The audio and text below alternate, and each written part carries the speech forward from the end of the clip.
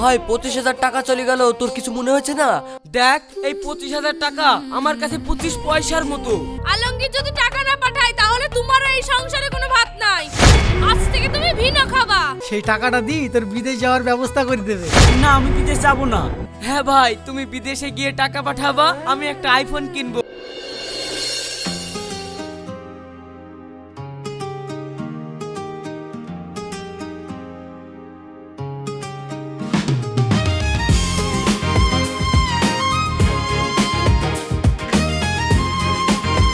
ভোমরা তো নিশিতে ঠিক যাবে, কিন্তু আমি যে কাজটা তোমাকে দিয়েছিলাম সেটা কি হয়েছে? এই দেখিছো ঠিক মাছের টোপটা গিলেছিল আর তোমার গলার আওয়াজে মাছটা পালিয়ে গেল। মাছ পালাক তাতে আমার কি? আর তোমাকে যেটা আনতে বলেছিলাম সেটা কি এনেছো? যদি না নিয়ে আসো মাছের মতো আমিও পালিয়ে যাব। এই যে এটাই তো বলেছিলে আনতে, তোমার জন্য একদম মাথার ডাল থেকে পেরেছি আর কাটার আঁচড়ও খেতে হয়েছে আমাকে।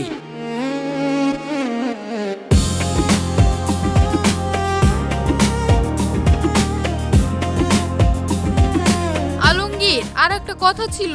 আবার কি কিছু আনতে হবে নাকি? না না কিছু আনতে হবে না, আমি কি বলছি সেটা মন দিয়ে শোনো। কাল আব্বা সাফ সাফ বলে দিয়েছে তুমি যদি কিছু কাজকর্ম না করো তাহলে কিন্তু তোমার সঙ্গে আমার বিয়ে দেবে না। তাহলে কিন্তু তোমার এই কুল খাওয়ানোই হবে, কাজের কাজ কিছুই হবে না।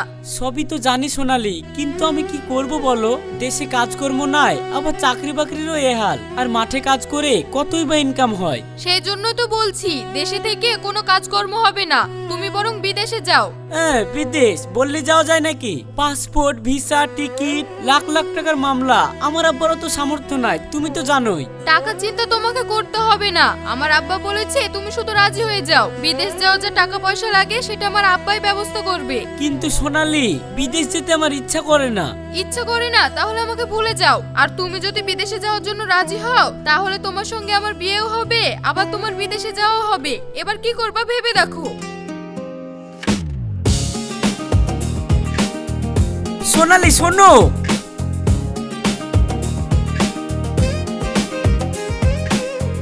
আমি এখন কি করব?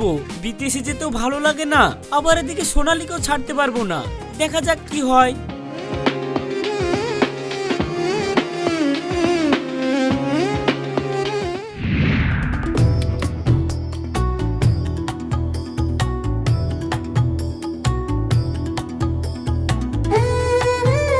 আলমগীর আজ কি সোনালীর আব্বার সঙ্গে দেখা হয়েছিল? আল্লাহ এতদিনে মুখ তুলি চেয়েছে রে। সোনালীর আব্বা কথা দিয়েছে সোনালীর সঙ্গে তোর বিয়ে দেবে, আর যৌতুক হিসাবে যে টাকাটা দেবে সেই টাকাটা দিয়ে তোর বিদেশ যাওয়ার ব্যবস্থা করে দেবে। না আমি বিদেশ যাব না। বিদেশ যাবিনি মানে? কেন রে বাপ? মা তোমাদেরকে ছেড়ে আমি থাকতে পারবো না। আমি বিদেশে যাব না মা, দেশে থেকে দুবেলা দুমুঠো খাবার ব্যবস্থা ঠিক করে নেব। বিদেশ যাবি নি মানে সারা জীবন বাপের ঘাড়ে বসে বসে খাবি নাকি? আমি এই বুড়ো বয়সে সংসার চালাতে পারবো না।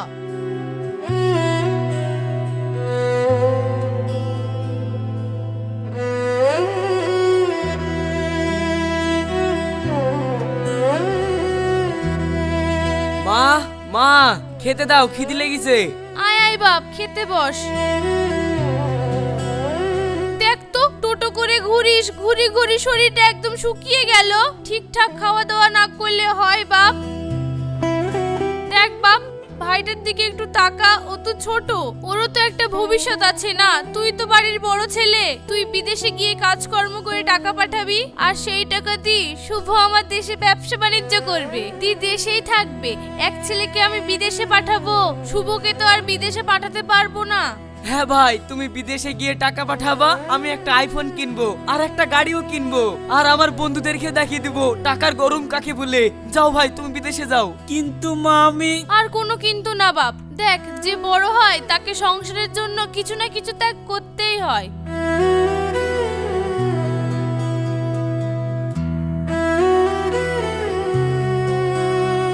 বুঝেছি মা, ত্যাগ শুধু বড় ভাইদের কি করতে হয় তাই না, আর ছোট ভাইয়েরা শুধু ভোগ করতে আসে। ঠিক আছে মা তোমরা সব ব্যবস্থা করো, আমি বিদেশ যাব।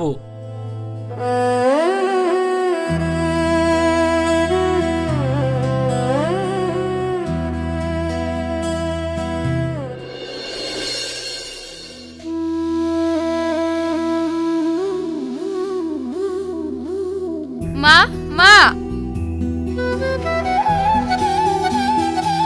আব্বা ফোন করেছিল। তা কি বলছিল তোমার আব্বা? আব্বা সামনের সপ্তাহে আলমগীরের বিদেশে যাওয়ার ব্যবস্থা করে ফেলেছে।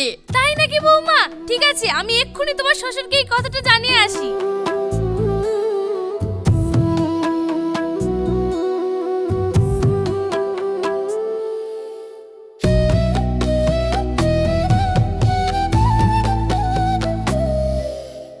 ভাই চলো, তাড়াতাড়ি চলো।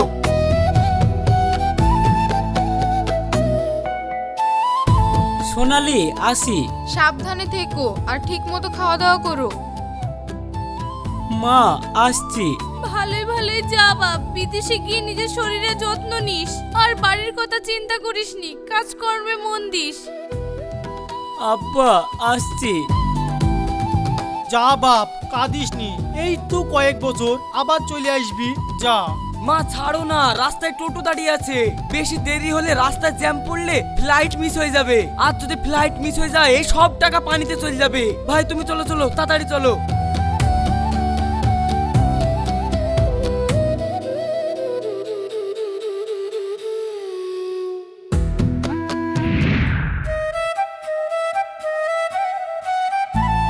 বাপ কেমন আছিস?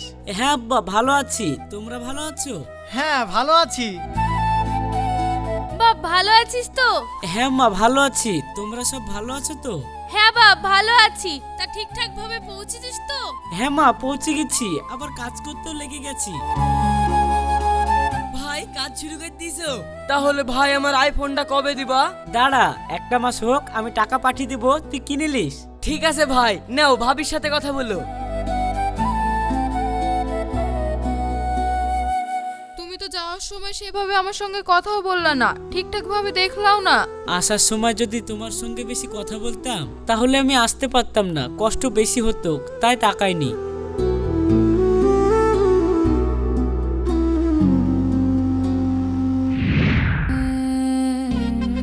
ভাই এটা দেখ আইফোন, এটা সেই আপেল না যে কামড়ি খেয়ে ফেলবি। এর দাম 1.5 লাখ টাকা। এইটা গত মাসে বড় ভাই টাকা পাঠিয়েছিল, দিয়ে এইটা কিনে লিয়েছি। ধুর, আবার 25,000 টাকা লস হয়ে গেল। এই অ্যাপটাতে আর ট্রেডিং করবোই না, অন্য অ্যাপ দেখতে হবে। ভাই 25,000 টাকা চলে গেল, তোর কিছু মনে হচ্ছে না? আমি হলে এতক্ষণ হার্ট স্ট্রোক করে ফেলতাম। দেখ, এই 25,000 টাকা আমার কাছে 25 পয়সার মতো। কিসে আবার আসবে? দেখ ভাই, তোর ভাই তো বিদেশে রক্ত পানি করে টাকা ইনকাম করছে, আর তুই ট্রেডিং এইভাবে টাকা উড়াচ্ছিস। দেখ ভাই, আমার ভাই বিদেশে আছে, তার মানে আমার কাছে টাকার খনি আছে। আমার বড় ভাই হচ্ছে টাকার মেশিন, ও ওইখানে খাটবে, মেশিন চালাবে, আর আমি এখানে আইফোন কিনবো, বাইক কিনবো, ট্রেডিং করব, টাকা উড়াবো। আমি ছোট ভাই, বড় ভাইয়ের কাছে তো এইটুক টাকা নিতেই পারি। যা, চায়ের দোকানের আজকে সব বিল আমার। ভাই 2 প্যাকেট সিগারেট দাও আর 4টে লাড্ডু দাও।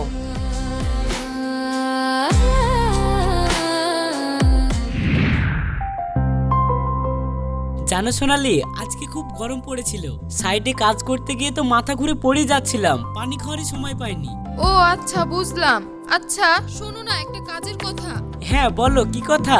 আমার ব্যাংক থেকে কোনো এসএমএস আসলো না কেন আমার ফোনে? তুমি কি টাকা পাঠাওনি এই মাসে? না গো, বেতনটা এখনো পাইনি। কোম্পানি বলছিল আর কদিন দেরি হবে, আর বেতনটা পেলে আমি ভাবছি একটু ভালো করে ডাক্তার দেখাবো, শরীরটা খুব খারাপ।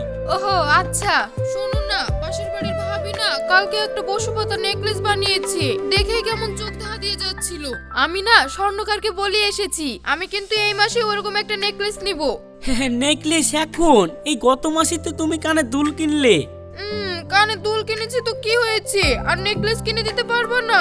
আর তুমি ভুলে যেও না, আজ তুমি এত টাকা পয়সা ইনকাম করছো শুধু আমার আব্বার জন্য। আমার আব্বা যদি টাকা পয়সা দিয়ে বিদেশে না পাঠাতো, তুমি এসব টাকা পয়সার মুখও দেখতে পেতে না। বিদেশে তো গিয়েছো তুমি আমাদেরকে সুখে রাখার জন্য, আমাদের শখ আহ্লাদ পূরণ করার জন্য, তাই না বলো?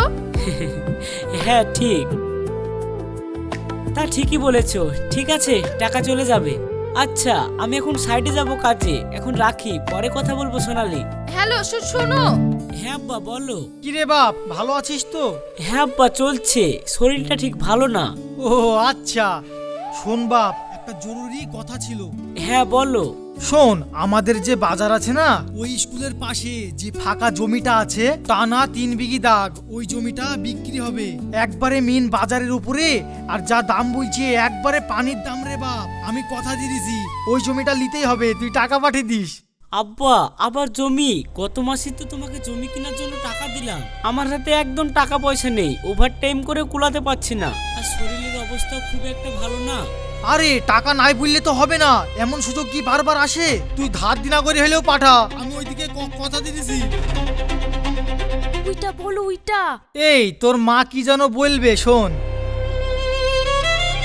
হ্যালো বাপ, শোন তোর বাপ ঠিকই বলেছে, জমিটা কিনতেই হবে। আরে হ্যাঁ, জমির টাকার সাথে সাথে আরো 2.5-3 লাখ টাকা পাঠাস তো। 3 লাখ? এত টাকা দিয়ে কি করবা মা? আরে শুভ, ও একটা নতুন মোটরসাইকেল পছন্দ করেছে, তাই কিনবে বলছে। আসলে ওর বন্ধুদের সবার মোটরসাইকেল আছে তো, তাই ও জুল তুলেছে মোটরসাইকেল কিনবে। মা, শুভ তো কিছুই করে না, এখন বাইক নিয়ে কি করবে? আর আমি এখানে থেকে একবেলা খাই আর একবেলা না খেয়ে টাকা জমাই। তুই আবার টাকার হিসাব শুরু করলি? ছোট ভাইটার শখ তুই দেখবি নি বল? তুই বড় ভাই, কামাই করিস, আল্লাহর রহমতে কি তোর টাকার অভাব আছে? ওকে বাইকটা কিনি দে। ঠিক আছে মা, আমি দেখছি।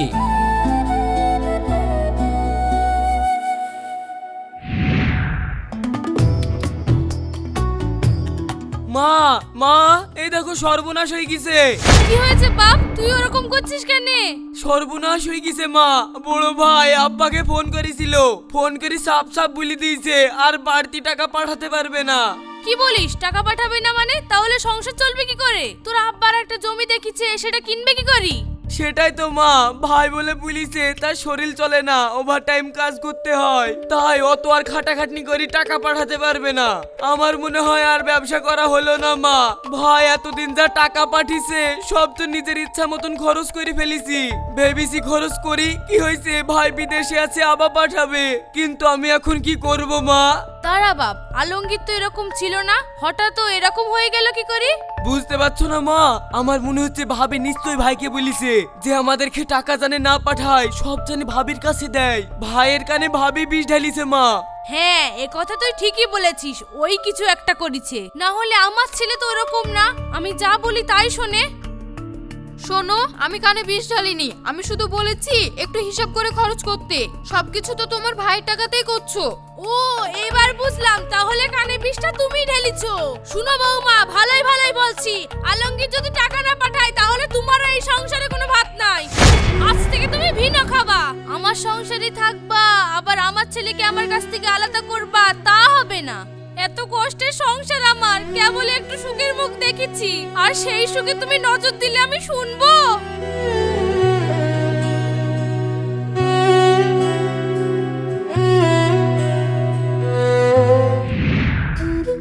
তুমি কি বলছো সোনালি এইসব? হ্যাঁ, আমি ঠিকই বলেছি, তোমার মা আজকে থেকে আমাকে ভেনু খেতে বলেছে, এক ফোঁটাও আমাকে দেখতে পারে না, যার জন্য এত কিছু হলো, আর তার মুখে দেখতে পারে না। আচ্ছা ঠিক আছে, যত তাড়াতাড়ি সম্ভব আমি বাড়ি চলে আসছি।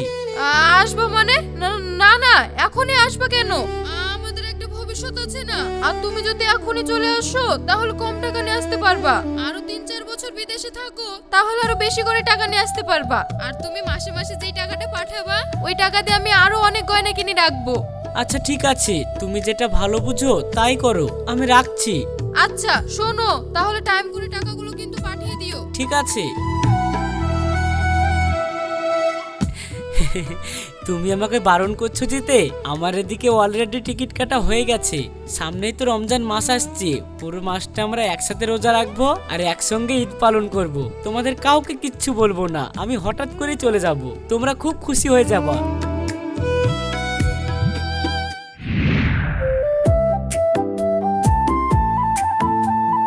আব্বা, মা, সোনালি। উমা, আলমগীর বাপ, তুই বিদেশ থেকে এই অসময়ে চলে এলি, কাউকে কিছু জানাসনি যে এই হুট করে চলে আসলি? মা, সারপ্রাইজ দিলাম, সামনে রোজা, তারপরে ঈদ, তোমাদের সঙ্গে একসঙ্গে রোজা রাখবো, একসঙ্গে ঈদ পালন করব, তার লেগে চলে আসলাম। সবই ঠিক আছে আলমগীর, কিন্তু তোর কি বুদ্ধি শুদ্ধ হইলো না বাপ? সামনে রোজা, তারপরে ঈদ, এই সময় মানুষ বিদেশে ডবল টাকা পায়, আর তুই এই সময় বাড়িতে চলে আসলি। আলমগীর, তোমাকে আমি সেদিন বললাম ফোনে এত তাড়াতাড়ি আসার দরকার নাই, আর তুমি এইরকম ভাবে হুট করে চলে আসলা। হ্যাঁ আসলাম। আমাকে দেখে কি তোমরা কেউ খুশি হওনি? আরে বাপ, খুশি হব না কেনে, আমরা খুব খুশি হয়েছি। তুই চ, ঘরে চ।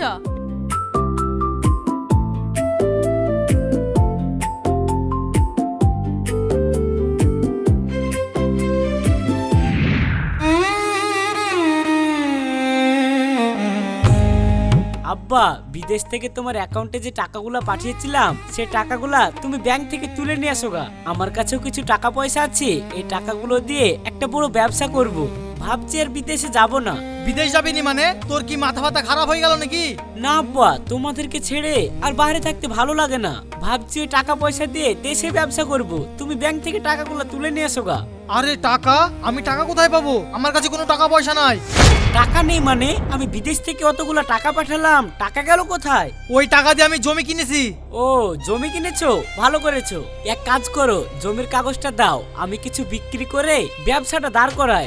বিক্রি করবি মানে? ওই জমি কি তোর নামে নাকি? ওই জমি তো আমি শুভর নামে কিনেছি। কি বললা আব্বা? আমার রক্ত পানি করা টাকা দিয়ে তুমি শুভর নামে জমি কিনেছো? কেন আব্বা, আমার নামে কেন কিনোনি? হ্যাঁ, শুভর নামে কিনেছে তো কি হয়েছে? তুই বিদেশে কামাই করিস, তোর টাকার অভাব নাকি? তোর তো হাত পা আছে, তুই বিদেশে গিয়ে আবার ইনকাম করতে পারবি, নিজের ভবিষ্যৎ নিজেই গড়তে পারবি। কিন্তু শুভ, ও তো ছোট, ওর একটা ভবিষ্যৎ দরকার, তাই তোর টাকা দিয়ে ওর নামে জমিটা কিনেছি, ওর ভবিষ্যৎটা একটু পাকা করলাম। মা, তুমি এটা কি বললা? আমার হাড় ভাঙা খাটনি খাটা, আমার রক্ত পানি করা টাকা, সেই টাকা দিয়ে তুমি শুভর ভবিষ্যৎ করলা। আমার কি ভবিষ্যৎ করা লাগবে না? আমি কি তোমার ছেলে না মা? চুপ কর, এত হিসাব চাস কেনে? বড় ভাই হয়ে ছোট ভাইয়ের জন্য এটুকু করতে পারবি নি? অত টাকা পয়সা হিসাব আমি দিতে পারবো না, যেখানে যাচ্ছিলি সেখানে যা।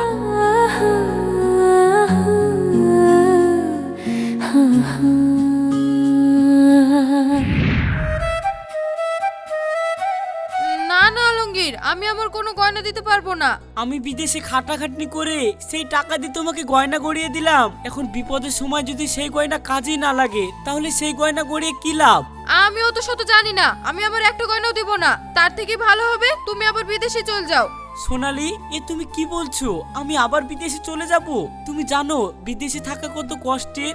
এক একটা টাকা ইনকাম করতে কত কষ্ট হয়। খেতে পারি না, ঠিক মতো ঘুমাতে পারি না, দিনের পর দিন শুধু একটা মেশিনের মতো কাজ করে যায়।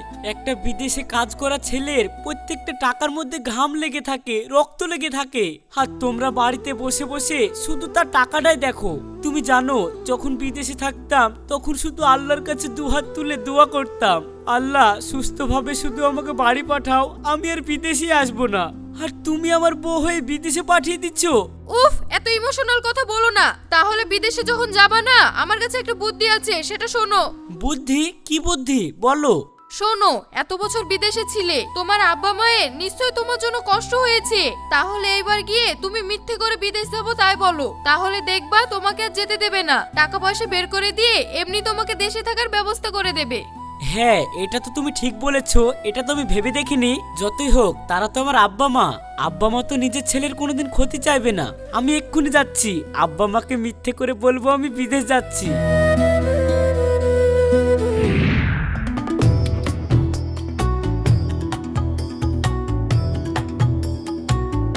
আব্বা, আমি অনেক চিন্তা ভাবনা করে দেখলাম দেশে থেকে আর কি করব, আমি বরঞ্চ বিদেশে চলে যাই। এই বাপ, এতদিনে একটা সঠিক সিদ্ধান্ত নিয়েছিস। তুই বরঞ্চ বিদেশেই যা, ওইটাই বরঞ্চ তোর ভালো হবে। দেখিছো, তোমাকে আমি বলেছিলাম না আমার আলমগীর ঠিক বিদেশে যাবে। আলমগীর আমার কাজের ছেলে। ভাই, সত্যি তুমি বিদেশে চলে যাবা? তাহলে আমার এবার ব্যবসাটা হয়ে যাবে। এই শুভ, তুই আবার এইসব কি বলছিস? বড় ভাই বিদেশে গেলে ঠিক তোর ব্যবসা করে দেবে।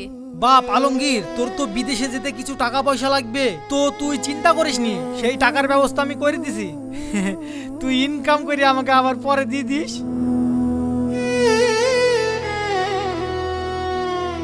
হ্যাঁ বাপ, আর তুই যা যা খেতে পছন্দ করিস আমি সব রান্না করে দিচ্ছি তোকে। এই যাও যাও, তুমি বাজারে যাও।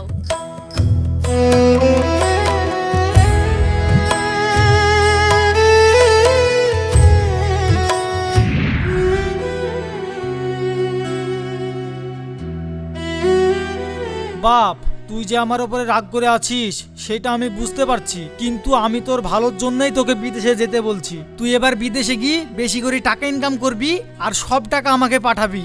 তুই দেশে আসবি যখন সব টাকার হিসাব করি তোর হাতে তুলি দেবো তখন। হ্যাঁ বাপ, তোর আব্বা ঠিকই বলেছে, এবার টাকাগুলো তোর আব্বার অ্যাকাউন্টেই পাঠাস। না না, সব আব্বার অ্যাকাউন্টে পাঠানোর দরকার নাই, তুমি আমার অ্যাকাউন্টে পাঠায়ো, আমি আব্বা আমার যা দরকার সেই মতো টাকা দিয়ে দেবো। আরে তোমরা সব টাকা পয়সার হিসাব এখন করো না, তোমাদের এই টাকা পয়সার হিসাব করতে গেলে ট্রেন মিস হয়ে যাবে, আর ট্রেন যদি মিস হয়ে যায় ওই ফ্লাইটও আর পাবা না। ভাই চলো চলো তাড়াতাড়ি চলো। তোমাদের সবার সব কথা তো আমি শুনলাম, এবার আমাকে একটা কথা বলো তো, এমনও আব্বা মা হয় তোমাদের মতো? জানো মা, আমি অনেক আশা নিয়ে তোমাদের কাছে এসে বলেছিলাম বিদেশে যাব, ভেবেছিলাম কেউ না আটকালেও অন্তত তুমি এসে আমাকে আটকাবা, যে না বাপ তোকে আর বিদেশ যাওয়ার দরকার নেই, অনেকগুলো দিন তুই বিদেশে কাটিয়েছিস, এখন তুই দেশেই থাক। কিন্তু না মা, আমি ভুল ছিলাম, কারণ তোমাদের তো তোমাদের ছেলের দরকার নেই, তোমাদের দরকার টাকার, কারণ তোমাদের কাছে তো আমি টাকা ছাপানো মেশিন। আর সোনালি, তুমি বিদেশে থাকার সময় যতবার তোমার সাথে ফোনে কথা হতো, একবারও তুমি জিজ্ঞাসা করতে না তোমার শরীর কেমন আছে, তুমি খেয়েছো কি না, তুমি শুধু জিজ্ঞেস করতে তোমার অ্যাকাউন্টে এখন কত টাকা আছে।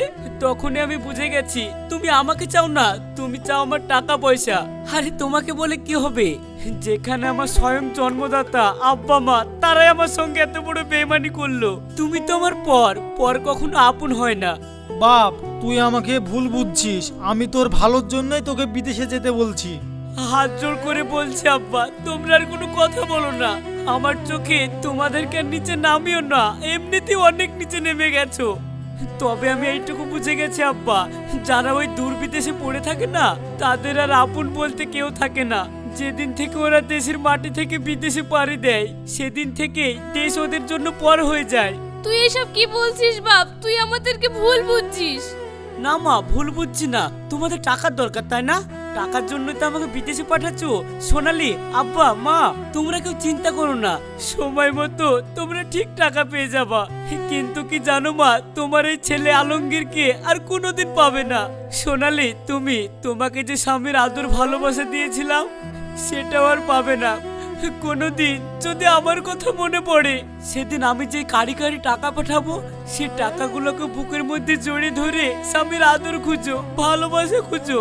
আর তোমরাও ওই টাকা থেকে ছেলের ভালোবাসা খুঁজে নিও। আল্লাহ তোমাদের ভালো করুক, সবাই ভালো থেকো। চল শুভ, ট্রেনের দেরি হয়ে যাচ্ছে।